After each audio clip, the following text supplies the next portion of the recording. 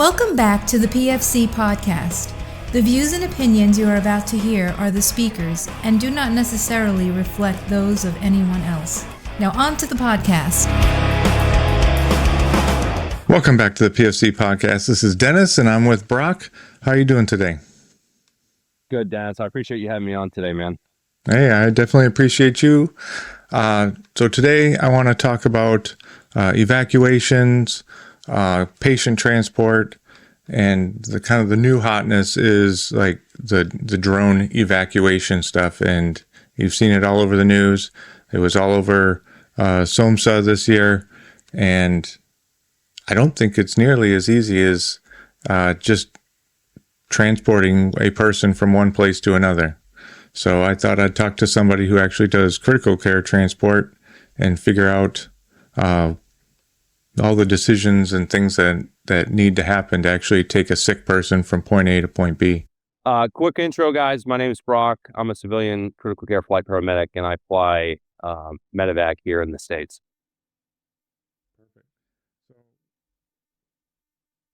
You get a call, or maybe not you, but somebody, they get a call. We have a sick patient. We need to transport them from, either one facility to another or from the scene of the accident to a facility.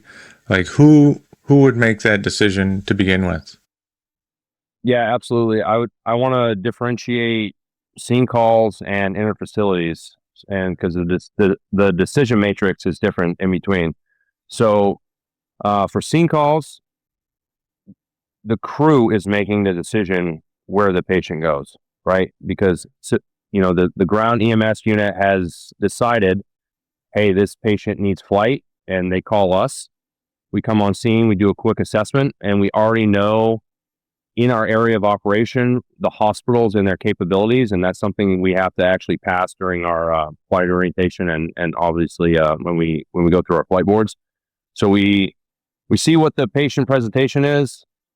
Okay, they got to go to X hospital because X hospital has X capability, and then we fly there, right? Whereas a interfacility transport, ultimately the decision is made by the physician that is taking care of the patient. So kind of the same thing, same decision matrix, but the doctor is making it, not the flight crew. Yeah. Because we see this in the military too. One, especially during GWAT, everybody was urgent. Everybody was probably urgent surgical, even though they weren't either of those things. Right. Do you find that there's the same kind of issue where a facility or a ground transport team, they could absolutely have handled this patient, but we're scared? We do run into that, Dennis. It's not often. Our system, my current system is very busy and can get pretty congested. And some services are all their assets are taken, so they have to go to the next level. And that could be like, hey, sorry, I know you're a CCT truck, but we have to move this patient because the hospital's getting clogged up, and then you use a CCT asset for an ALS patient, which is fine, but it's not technically like a critical care patient, if that makes any sense. Yeah, they're sick, but they're not quite that sick, but they just Correct. They need something to move. Right, exactly. Okay, so I guess when it comes to making that decision, what things would they consider before coming to okay, we need CCT? Yeah, so the big thing is what's killing the patient, and is time a factor? For example, STEMIs, that is a time sensitive patient, and if we have good weather, that patient is going to get on an aircraft because essentially we are 3 times faster than a ground asset. Right. So if we have an hour ground transport, it's going to be 20 minutes in the air. Right. So, and then also the other big one is strokes. So, thrombectomy services, if they need I like to call it roto-rooted.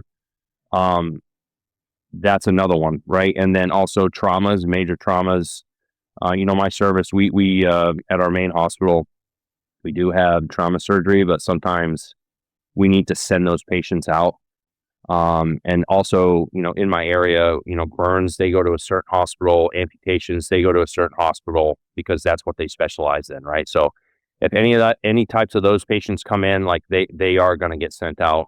And we really try, if they call us for an aircraft, we really try to keep, the in-hospital time, if at all possible, 10 minutes for STEMI and like strokes. And we really try to keep it under 30 minutes at bedside. And we want to be skids down, skids up in about 30 minutes. So, they call us for a reason, and we really try to make the speed as fast as possible, both like as a patient contact and also in the air. So what kind of it? Yeah, absolutely. You minimize the time, you minimize the damage that's happening, right? Right. When it comes to like risk, right? Like you mentioned, if the weather's good. So obviously, when you're dealing with aircraft, weather is a major problem. Absolutely. What other things? If any other. Yeah. So the big thing for aircraft safety, right? Weather is always an issue. It's summertime, thunderstorms. It's funny, man, because I call myself like a amateur weatherman, because everybody on the crew, everybody that's flying on that aircraft needs to make a decision to go on the mission, right? So it's 3 to go, 1 to say no is what we like to call it. So, the pilot says good, nurse says good, but I'm like, I don't know, man. Like I've had this one situation where, we were in similar situations and then we had to turn around or we got socked in or something like that. So it really comes down to experience and experiencing different types of weather and weather patterns and stuff like that. And also the other thing is, if the aircraft that we fly on, they have maintenance packages, right? So we have timetables on those. And if we are getting close on a maintenance package, but yet we have a long transport, we're going to say we can't do that, right? We're going to have another aircraft's going to have to come in and take the mission because we're going to be overtime on the certain work packages that we have on the aircraft. So weather, work packages, stuff like that. The crews, tiredness can be something else that could factor in. I've had many days where we didn't do anything in a 24-hour shift, and yet other days we never see the inside of our base. So 4 or 5 flights in, it's 2 a.m. and we're just like, man, we got to call it. Like we got to take some crew rest here because it's fatigue definitely has a factor in flying for sure. Sure, and probably obviously not necessarily a civilian transport problem, but what other threats in the area? Like fire, like you mentioned, thunderstorms. It could be like in a war zone, right? Enemy, is a problem. Drones are always a problem. Yeah. And all those have to factor in. So at least in civilian EMS, it's the crew that makes that decision. Yeah. So just for us to lift, the doctor could have already made the decision that like, hey, this person needs an aircraft. We get the call, we get the tones. We always check whether it's blue sky or cloudy out. And then, essentially 3 to go, 1 to say no. We say yes or no, and then, we go from there. Right. And, I also like to talk about, the weather also. So if we are down for weather, right, my service, we also have critical care and specialty care trucks, right? And then we have a spare ambulance where we can do specialty care and take patients out at the hospital that we're stationed at. So just because weather's down in the civilian realm doesn't mean patients don't get transported. We do have ground assets also. Right. Just obviously you got the issue of just time. Yeah. Yeah, absolutely. I mean, it's like I said earlier in the show, STEMIs, strokes, time's a factor. But if it's snowing or it's thunderstorming, I mean, we can't fly in that stuff, right? So we have to take the ground. That's the best we can do. So, yeah. I guess getting into more of the drone stuff, your experience as a paramedic and now critical care flight paramedic, right? Mm-hmm. You've been on all the different rigs. An unmanned vehicle, whether it be ground or air in the future, right? Like what kind of patient is going to be stable enough to be transported, for extended periods of time? Yeah. Via a drone? Because I gotta be honest, I've heard this story before, when before pre-hospital medicine actually started, where it was the medics would be the guys, the litter bearers that run out and grab the casualty, and all you have to do is get them to a doctor. Right. I've heard this story before, and I think drones are the new litter bearers. Yeah. There's already been examples of this overseas in Ukraine where, guys are getting in these ground UAV transport vehicles, and they're getting transported off the battlefield. I think the people on the ground there have kind of figured out that there's certain, I can't speak for them. I'm just speaking from like what I'm seeing, right? Yeah. From what I'm seeing, they've kind of figured out like, hey, this is the type of patient that's going to survive this type of transport, right? Like, stable, but how do I want to put this? They're sick, but they're stable. Exactly. Yeah, they're sick, they're injured, but they're stable enough to make the transport, right? There, and then there's, what we're gonna go into here shortly, or if right now, like there is absolutely certain patients where you have to have a provider providing care or some sort of way of adjusting pumps, ventilator, like adjusting, the parameters on the monitor or stuff like that. So, yeah. So I guess, what kind of time frame would a person have to be stable to be able to say, you know what, we're not doing anything and we haven't done anything for, I don't know, X period of time. Right. They can just go out on a ground evac and they'll more than likely make it, because we're not doing anything here. Might as well be going en route. Yeah, man. So that is a great question. And I have seen things like this in the civilian realm where I see this often, actually. So how I like to separate patients that are stable in the hospital and then turn unstable in transport. And I like to differentiate that, because it absolutely happens often, right? So how I like to differentiate that, I look at patients in the hospital as static, what's the word? It's a static environment, and they're getting treated. Everything's fine, calm, no stress. And then you get into the transport environment and things are dynamic, right? Patients are moving, they're bumping down the road, vibrations, all of that, man. And I can't tell you how many times where I've seen patients completely stable at bedside in a hospital that have been sitting there for days, right? 120/80, normal vitals, everything.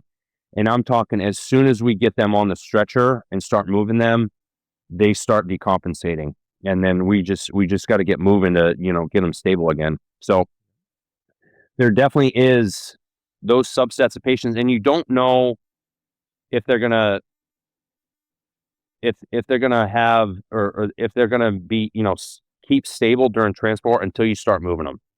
That's the only way you're going to know, because yes, they get moved in the hospital, like nursing skills, Foley care, oral care, turning, bass, all that stuff. That's different than, bumping down the road at 70 or, vibrating in the air at 1,500 feet at 120 knots. Like, it's completely different, right?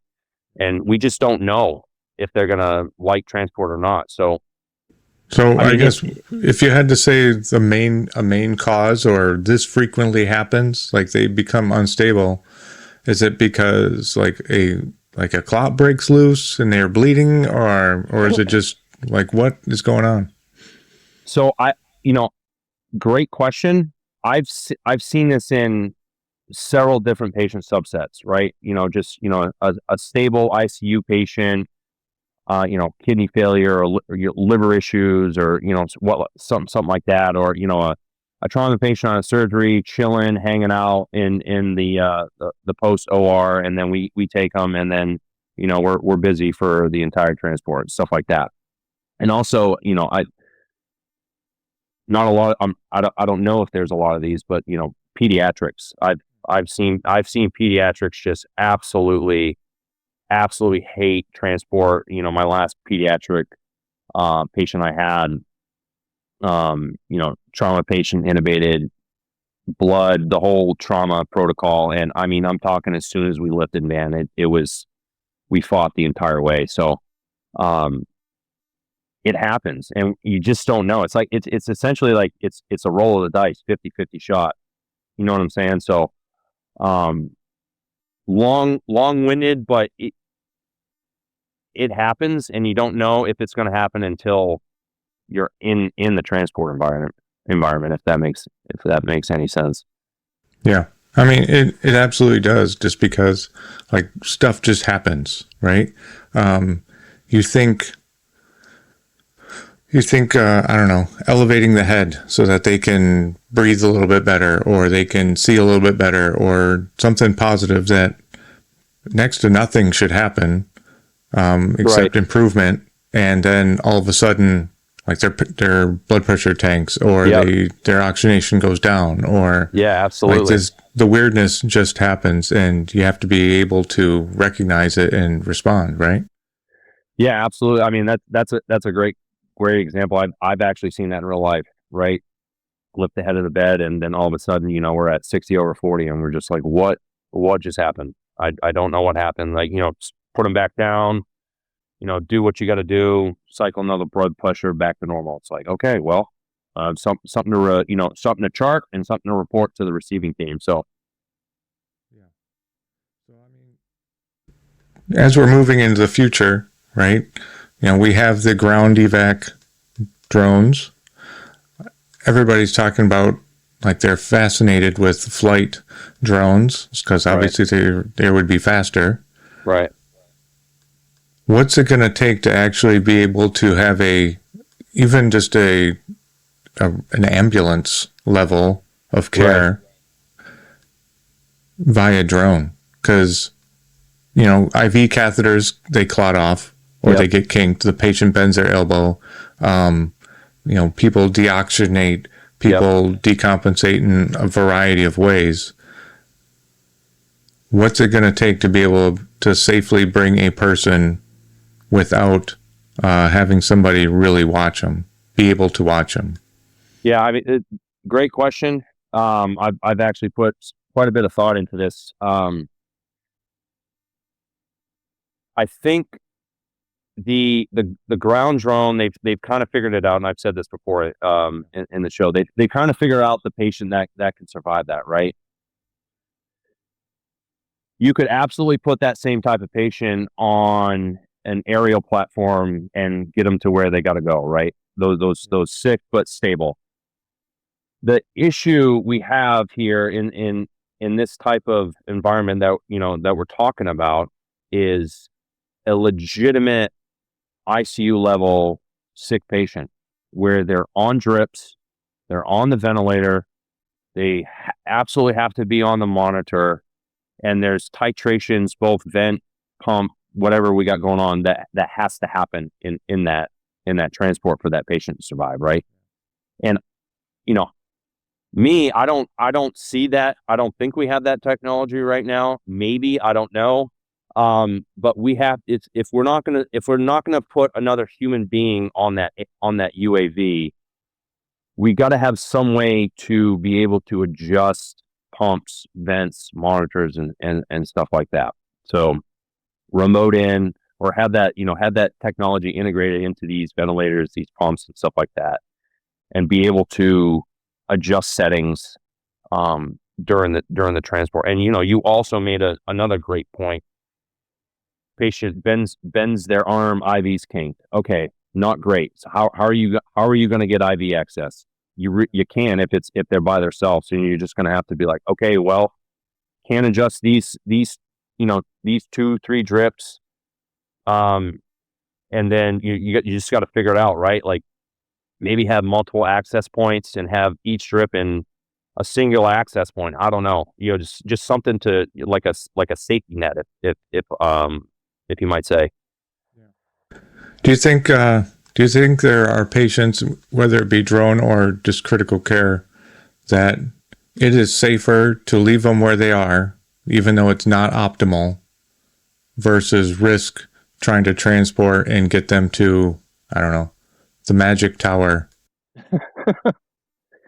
I'm sure there are patients that would be better waiting where they're at for better capabilities. I don't know what those patients would be. And then also you got to think about, can the medic or the medical staff that are with the patient, do they have the capabilities to hang on to that patient with, whatever injury set that they have? So I think there's a lot of factors that go into that, and logistical decisions that need to be made. Like, hey, this patient needs to leave, air's down, enemy in the area. We're just going to have to sit on it, right? Like, I mean, it's happened before, but definitely like a command level decision to be made there.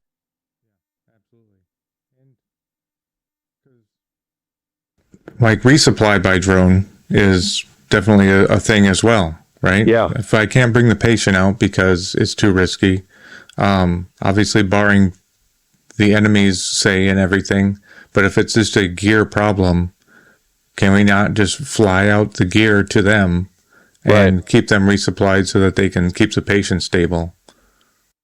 Yeah, absolutely. We have that technology right now. I've done drone resupply missions in training, and it's worked very well. And it's there's other units that are doing that and are successful with it. So I think that's absolutely a capability that we need to not just like start thinking about, but start implementing in training, so that we get a lot of guys with hands-on with that type of stuff. Because like, who's flying the drone? That's the question. Like, who's flying the drone? Do they know how to set up the drone for, Class 8 resupply or whatever resupply they got going on? Do they know how to, configure the electronics on it? Do they know the route? I mean, there's a lot more that goes into, like, I just need a drone to bring me something, right? So. Yeah, absolutely. Like, I mean, an example would be when we do our like Rolo blood draws. Like, how many medics, they have their hand out, they call Rolo, and like 3 minutes later they turn and look to you and like, where's my blood? But that same medic, when they're doing their own blood draws, it takes like 30 freaking minutes. Right. So. Yeah. So, I mean, people really like, even I'll tag myself on this. Like, we really underestimate how long things take when we're in a training evolution. And we really gotta, the people that are putting on the training really need to focus on logistical time issues and have that on the training. Like, good example, hey, where's my blood in 3 minutes? Like, that doesn't happen, right? I don't know of anybody that can gain access, pull a unit, get it ready to go and have it to the medic in 3 minutes. Like the I think the Ranger standard is like 10 to 15 minutes, right? So we need to start giving medics those logistical issues in training so that they actually can think through problems like that. Because I mean, I've said this a bunch. In my job in the civilian realm, it's generally just all logistics, right? Calling the aircraft, getting on the aircraft and lifting up in 10 minutes, getting to the patient. Okay, patient's on 6 strips, vented, and has a Foley and a couple other things, right? Okay, cool. Switching over the pump, switching over the vent, making sure you don't have like a ginormous spaghetti of all the lines and cables and stuff. Making sure, getting a good set of vitals before you head out of the room. Okay, that loading the patient, packaging the patient, right? That's a huge one.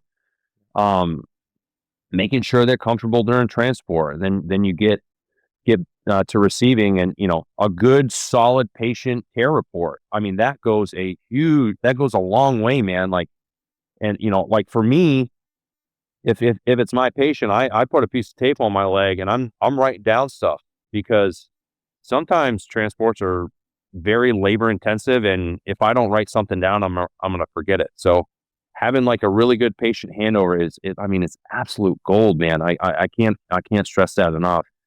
And then another logistical issue is reset.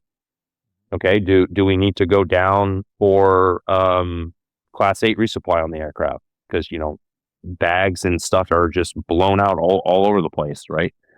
So it really just comes down to logistics, knowing when to do something, knowing when not to do something, and stuff like that. And we really need, and I think in the military, we need to start giving those logistical burdens to medics in training, because especially younger medics, newer guys that just graduated the schoolhouse and stuff like that, just starting to get them thinking about logistical issues later on in their careers. If that makes any sense. Yeah. Oh, it absolutely does, because that's reality. I think the closer you can tie, if it's training, you can tie the training to how reality works. And when I mean reality versus like games, right? I don't like playing games. I do like mimicking reality. Right.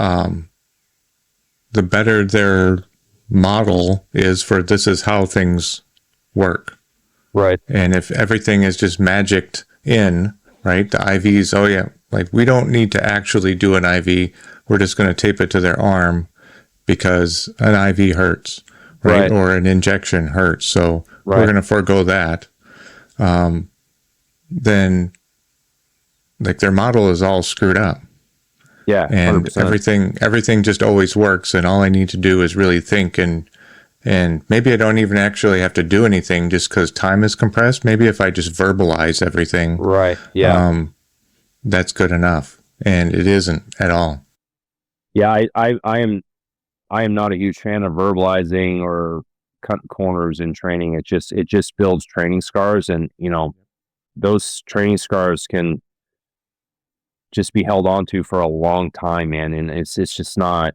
You got to do it right the first time, right? Because especially in younger medics, that's when it's very important to be able to instill good training habits, good logistics and stuff like that. Like you gotta start at when they're at their foundational level, especially like right out of the schoolhouse, they go to their battalions and stuff like that. I mean, essentially it's on their unit to take care of that stuff, because they got the cert, they get their ATP card, man. They're going operational. So it's really on senior medics and stuff like that when they get to their units. Absolutely. Well, awesome, Brock. I really appreciate you jumping on. Yeah, no, Dennis, I appreciate this conversation, man. I really hope it's well received. And like I said, it's a good opportunity to come on here and talk about critical care transport and my experience and stuff like that. So I really appreciate the invite. That's it for today's podcast. Make sure to go to our website, www.prolongedfieldcare.org. Check out our free downloads and a ton of other helpful information. Grab a bag of our fresh roasted PFC coffee, links in the description below, and stay on the bleeding edge of combat and austere medicine. This is Dennis for the PFC podcast. Out.